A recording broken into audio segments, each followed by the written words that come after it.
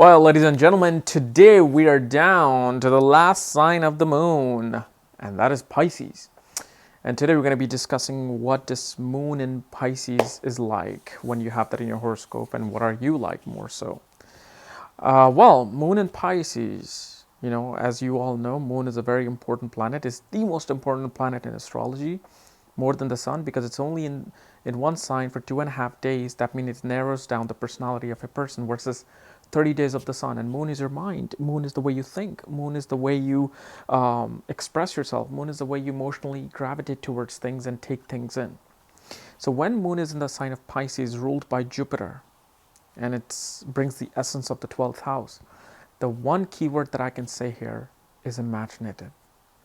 The imagination of these people not only just goes to the maximum point of this plane, but it reaches out to the other planes that hardly people are able to dream of. They are very creative and very artistic, especially with the art of painting, art of writing. The words that they use when they write are like, how did you come up with this word? Like weather and Jeffersonian purity. If you read the novel Pride and Prejudice, you will see some of the most profound words that takes you deep to the core of the meaning of what this author is trying to say.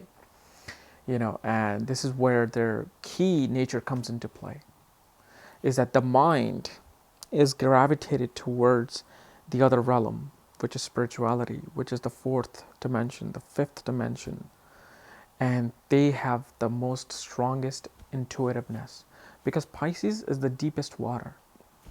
And when the mind is at the depth of an ocean, it's really hard to, to understand what they're about, because you can't see them.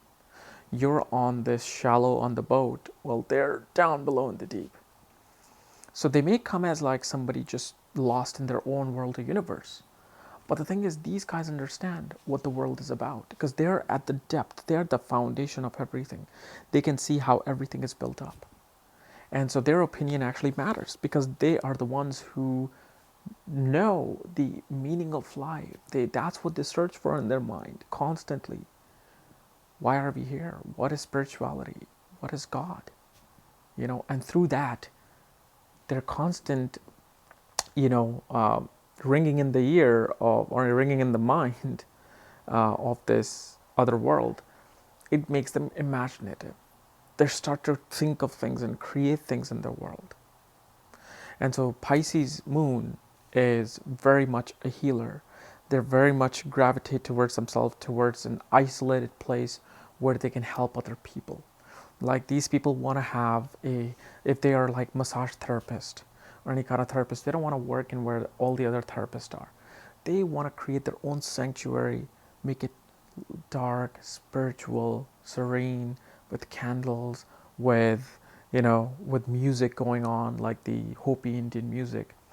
And then they want to give you the massage, because they know what it takes to make someone feel comfortable. So these guys are very intuitive, they're very imaginative, very creative, especially writing. If these guys take up writing, amazing work comes out. And if you know J.K. Rowling, the author of Harry Potter, has her moon in the 12th house. Moon, Venus, and Mercury are both in the 12th house. So 12th house, or the sign of Pisces, pretty much means the same thing.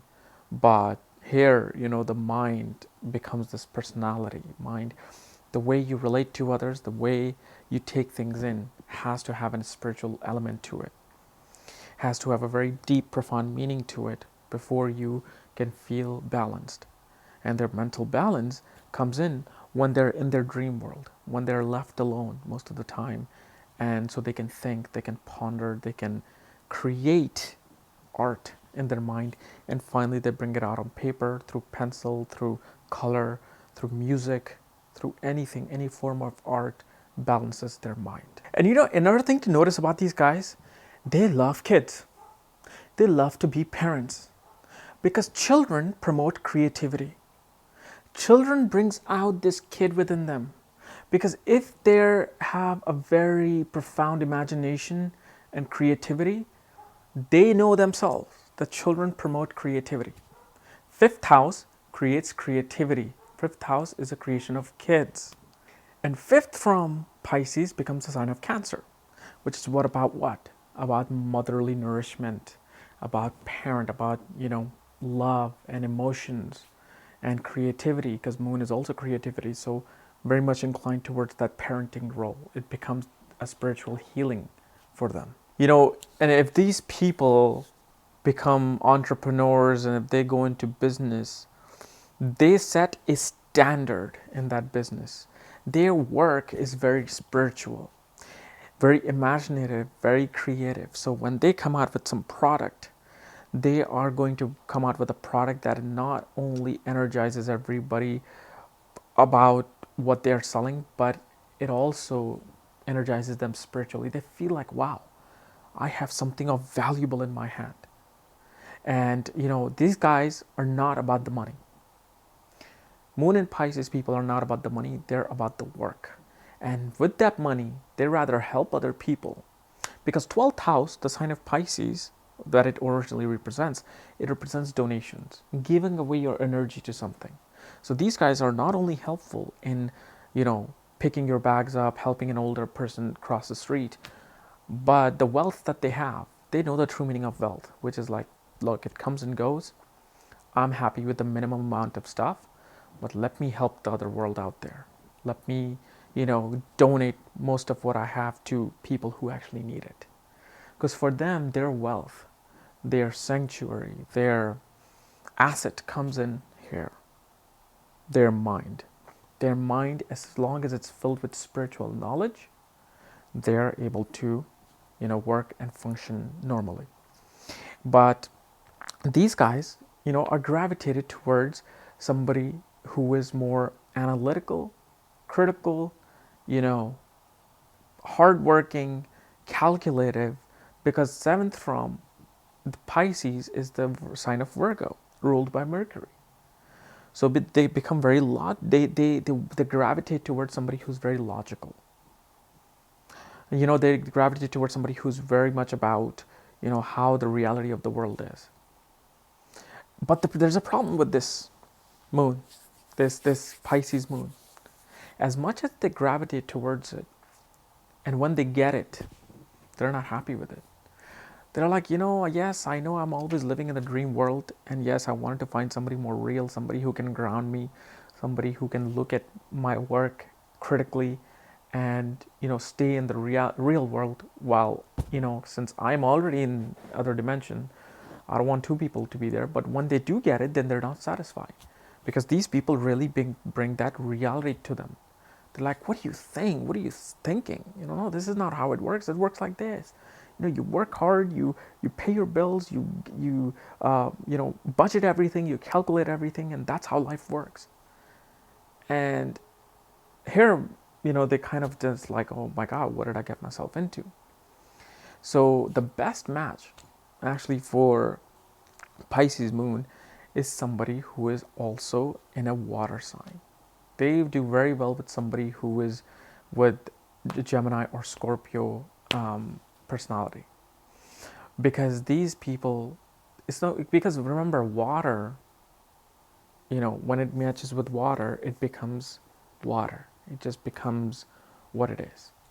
But if they do gravitate towards somebody who is more realistic and solid, it's a much better situation with a Taurus than Capricorn and a Virgo. Because remember, water needs stability of the ground, and the ground, the land, needs moisture of the water. So it works well in that sense. But because of the fact Jupiter doesn't like Mercury and Mercury doesn't like Jupiter, it becomes that tug of war. So it's better to go gravitate towards somebody with a Taurusine personality than a Virgo personality. But the best one would be if you go with a water sign. If you go with a Scorpio or with a Cancer, that's where they can gel in together and their feelings becomes one and they flourish.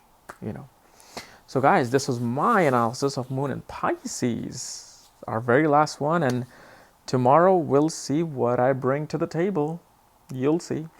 So if you're new to my channel, subscribe below or above, because I might be covering your planets next through signs. And if you want to know where your moon is placed, check out the link below. Check out my book there, Astrology at the Speed of Light. And when you get the book, I will send you the link to look at your own chart. Just make sure you follow the directions below. Otherwise, we'll see you tomorrow with some new planet through house. Bye-bye. Hey, what's up, all you chaos lovers? So make sure you rate, comment, and subscribe to my channel. And please share my channel with all your family and friends who are in love with astrology. Because I'm the man when it comes to astrology, okay?